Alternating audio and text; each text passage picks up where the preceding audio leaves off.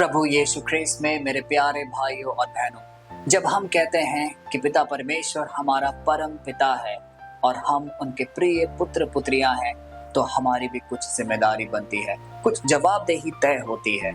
एक ऐसी जिम्मेदारी जिसमें हम अपने पूर्ण हृदय और मन से उनको प्यार करें, उनकी सारी आज्ञाओं का पालन करें। इसे कुछ ऐसे समझे कि जब हम अपने माता पिता या अपने बच्चों को प्यार करते हैं तो हम यह काम पूर्ण हृदय से, पूर्ण दिल से करते हैं।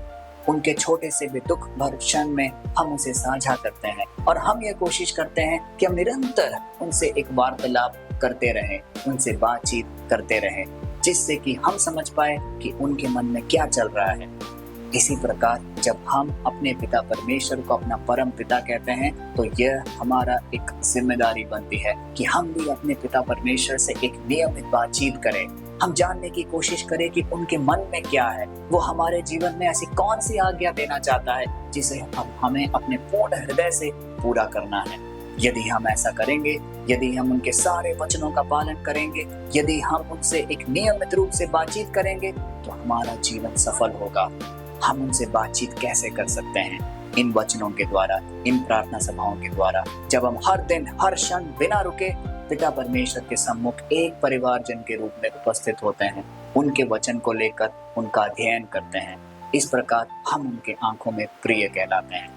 प्यारे भाई और बहनों, आज के वचन में हम कुछ इस बात का अध्ययन करेंगे कि किस प्रकार एक नियमित रूप से हम एक संतुष्ट जीवन जी सकते हैं। क्योंकि संतुष्टि कई लोगों के मन में होता है कि बहुत सारा पैसा, बहुत सारी चीजें अगर हम इकट्ठा कर लें तो हम संतुष्ट हो जाएंगे।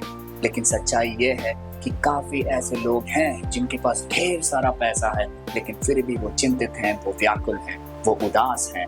लेकिन कुछ ऐसे भी लोग हैं जिनके पास कम पैसा जरूर है, लेकिन वो संतुष्ट हैं, वो खुशहाल हैं। तो इसका मतलब यह है कि एक नियमित संतुष्टि सिर्फ पिता परमेश्वर हमारे जीवन में प्रदान कर सकते हैं। और वो कब होगा? जब हम उनके सानिध्य में निरंतर बने रहेंगे। पिता परमेश्वर का सानिध्य जिस भी जीवन में रहता है, उसका जीवन कभी भी अंधकार में, कभी भी उदासीन नहीं रहेगा, क्योंकि उसके जीवन में हमेशा एक नई ज्योत जलती रहेगी जो हमेशा उसके हृदय को प्रज्वलित करती रहेगी और वो हमेशा ईश्वर के निकट अपने आप को महसूस करेगा। तो आइए इस वचन का अध्ययन करें और जानें कि पिता परमेश्वर हमसे क्या बातचीत करना चाहता है। आज का वचन जो हम अध्ययन करने जा रहे हैं वो लिया गया है भजन संहिता अध्याय 63 पद संख्या 4 से 5 और वह इस प्रकार है। इसी प्रकार मैं जीवन भर तुझे धन्य कहता रहूंगा और तेरा नाम लेकर अपने हाथ उठाऊंगा। मेरा जीव मानो चर्बी और चिकने भोजन से तृप्त होगा और मैं जय जयकार करके तेरी स्तुति करूंगा। प्यारे भाई और बहनों, कितना शक्तिशाली और प्रभावशाली है ये आज का अध्याय जो हमने अध्ययन करने चुना है, क्योंकि ये दाऊद कह रहे हैं, वही दाऊद जो आज एक वीराने जंगल में है, जूदा के जंगल में, जहां वो अपने आप को असहाय और अकेला महसूस कर रहे हैं। वो भूखे हैं, प्यासे हैं और किसी भी वक्त उनका शिकार हो सकता है। उस दयनीय स्थिति में भी उनके मन में, उनके हृदय में एक अलग सी ज्योत प्रज्वलित है जो ईश्वर की महिमा का निरंतर बखान कर रही है। प्यारे भाइयों और बहनों, कुछ इसी अवस्था में हम भी अपने आप को कई समय में पाते हैं। हो सकता है कि आज की पराजय, आज की असफलता हमें नीचे गर्त में गिरा चुकी हो, आज की दिक्कतें और परेशानियां हमें निचोड़ कर रख चुकी हो। इन सब से उभर पाना हमारे लिए नामुमकिन सा हो जाता है।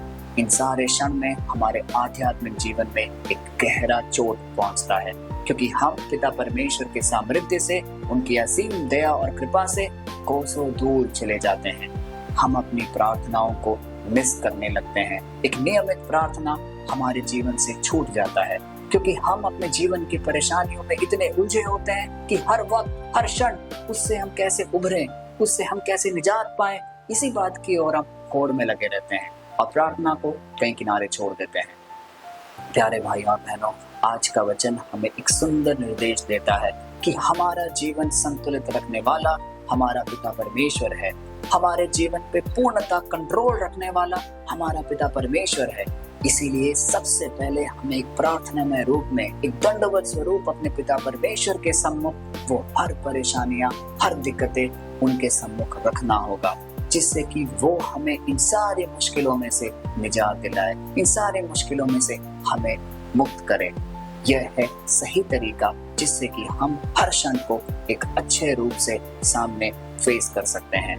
तो आइए इस वचन को और जाने एक दूसरा महत्वपूर्ण भाग को पढ़कर। इस वचन में यह लिखा गया है, और तेरा नाम लेकर अपने हाथ उठाऊंगा। नाम लेकर तेरा हाथ उठाऊंगा। आज के साहचर्य में जब भी हम प्रार्थना में हम बैठते हैं, हो सकता है कि अपने परिवारजन के साथ हो या अपने पड़ोसी या हमारे आसपास की कलीसिया में हो, कितनी बार हम हाथ ऊंचे करके पिता परमेश्वर की महिमा और स्तुतिगान करते हैं। कितनी बार हम एक निसंकोच मन और हृदय से पिता परमेश्वर का नाम ऊंचे स्वर से चिल्लाते और पुकारते हैं। आज ये नामुमकिन सा लगता है, क्योंकि हम थोड़े से चिंतित हो जाते हैं, थोड़े विचलित हो जाते हैं कि आसपास लोग क्या कहेंगे, लोग हमें किस धारणा से हमें देखेंगे। और इस प्रकार हमारी जो श्रद्धा है, हमारी जो भक्ति है, उसमें निरंतर थोड़े थोड़े करके कमी आ रही है। प्यारे भाइयों और बहनों, उस दयनीय स्थिति में भी जब सारी चीजें प्रतिकूल थी, लेकिन दाऊद ने पिता परमेश्वर का नाम ऊंचे स्वर से हाथ उठाकर उनकी महिमा किया, क्योंकि वो जानते थे कि पिता परमेश्वर का सामर्थ्य उनके जीवन में भरपूर है।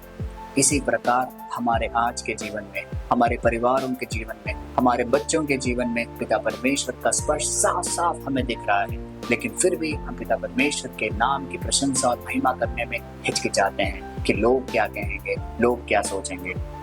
आज का वचन हमें इस बात की ओर प्रेरित करता है कि हमारा विश्वास पिता परमेश्वर पर अडिग रहना चाहिए और वो हमें उच्च स्वर से निरंतर हमें पिता परमेश्वर की महिमा करनी चाहिए। हाथ उठाकर जिस प्रकार दाऊद ने महिमा की, उसी प्रकार हमें भी करना चाहिए। तब हमारा जीवन एक पूर्णता सार्थक होगा अपने पिता परमेश्वर के नाम पर। और इस वचन में एक महत्वपूर्ण भाग जब अंत में यह लिखा गया है, मेरा जीव मानो चर्बी और चिकने भोजन से तृप्त होगा। दाऊद का जीवन एक समृद्धशाली भोजन से तृप्त होगा। इसका साफ साफ अभिप्राय यह है कि संतुष्ट करने वाला सिर्फ और सिर्फ पिता परमेश्वर है। हो सकता है कि स्थितियां अनुकूल ना हो, काफी चीजें हमारे खिलाफ चल रही हों, लेकिन पिता परमेश्वर का सामर्थ्य अगर हमारे साथ है तो हमें एक नित्य संतुष्टि मिलेगी, जो कि हमने अपने शुरुआती प्रार्थना सभा में भी कहा कि किस प्रकार हमें एक नियमित रूप से संतुष्टि मिल सकती है अपने जीवन में। इसका उत्तर साफ है। इसका उत्तर आज का अध्याय हमें दे रहा है कि पिता परमेश्वर की श्रद्धा में, उसकी महिमा में और उसकी कृपा में हमें एक नित्य संतुष्टि मिल सकती है। तो आइए भाई और बहनों, आज जब हम इस छोटे से प्रार्थना में आगे बढ़ रहे हैं, तो अपने सारे मतलब, सारे मनोरथ, वो सारी प्रार्थनाएं जो लोगों ने हमसे प्रार्थना करने को कही है, उन सबको पिता परमेश्वर के सम्मुख रखे और पिता परमेश्वर से उनको कृपा करने की हम प्रार्थना करें। हे परम पिता परमेश्वर, आज का वचन जो हमने अध्ययन किया है वो कितना प्रभावशाली है, क्योंकि वो हमें प्रार्थना का मूल मंत्र सिखाता है कि किस तरीके से हमें एक दंडवत स्वरूप आपके सम्मुख उपस्थित होना है। हो सकता है कि आज की दिक्कतें, परेशानियां हमें निचोड़ कर रख रही हों, हमें कई गर्त में पहुंचा चुकी हों, लेकिन हम पराजित नहीं महसूस करेंगे, हम निराश नहीं होंगे, क्योंकि तू हमारे अंदर वो निरंतर एक ज्योत जलाता है, जिससे कि हम हमेशा अपने प्रेरणादायी कार्य में आगे बढ़ते चलते हैं। हे पिता परमेश्वर, तू हमारी सारी प्रार्थनाओं और मनोकामनाओं को सुन और पढ़, उसे एक नियमित रूप से पूरा कर। इस प्रार्थना सभा में जो भी लोग उपस्थित हैं, उनके परिवारजनों को, उनके बच्चों को, उनके अपने मतलबों को, सबको आपके सम्मुख उपस्थित रखते हैं। हे पिता परमेश्वर, तू हम सबको स्पर्श कर और हमारे जीवन को पूर्णतः बदल दे। हम आप पे पूरी तरीके से विश्वास करते हैं। ये सारी प्रार्थनाएं, ये सारे निवेदन हम पिता परमेश्वर के समृद्धशाली नाम पर करते हैं, प्रभु यीशु के नाम पर, आमीन। प्रभु यीशु ख्रीस्त में मेरे प्यारे भाइयों और बहनों, जब हम इस वचन को अपने दिल से संजोए रखते हैं तो वो एक बीज की तरह हमारे अंतरतम में स्थापित हो जाता है, और वह बीज हमें एक नियमित ज्योति की तरह हमारे जीवन को प्रज्वलित करता है, जो कि हमें एक नई आशा की किरण हर दिन, हर क्षण हमें प्रदान करेगा। जो भी हमारी परेशानियां हो, जिस भी पराजय के गर्त में हम आज अपने आप को महसूस कर रहे हो, लेकिन भविष्य हमारा सुनहरा होगा, क्योंकि पिता परमेश्वर निश्चित ही हमें स्पर्श करेगा, क्योंकि हम वो लोग हैं जो पिता परमेश्वर के वचन का एक दैनिक रूप से, एक नियमित रूप से अध्ययन कर रहे हैं। हर वो वचन जो हम हर दिन अध्ययन करते हैं पिता परमेश्वर के नाम पर, वो कभी व्यर्थ नहीं जाएगा, वो काफी ज्यादा फल उत्पन्न करेगा। ये है पिता परमेश्वर का वादा और उसका संकल्प हम सबके जीवन में। तो आइए इस वचन को ज्यादा से ज्यादा लोगों तक हम शेयर करें, क्योंकि हर वो व्यक्ति जो इस वचन को विश्वास करके उसे अपने जीवन में संजोए रखेगा, उसका जीवन निश्चित ही परिवर्तित होगा। कल फिर मिलते हैं, तब तक के लिए पिता परमेश्वर की असीम दया, कृपा और अनुकंपा में हम आप सबको समर्पित करते हैं प्रभु यीशु के नाम पर। आमीन।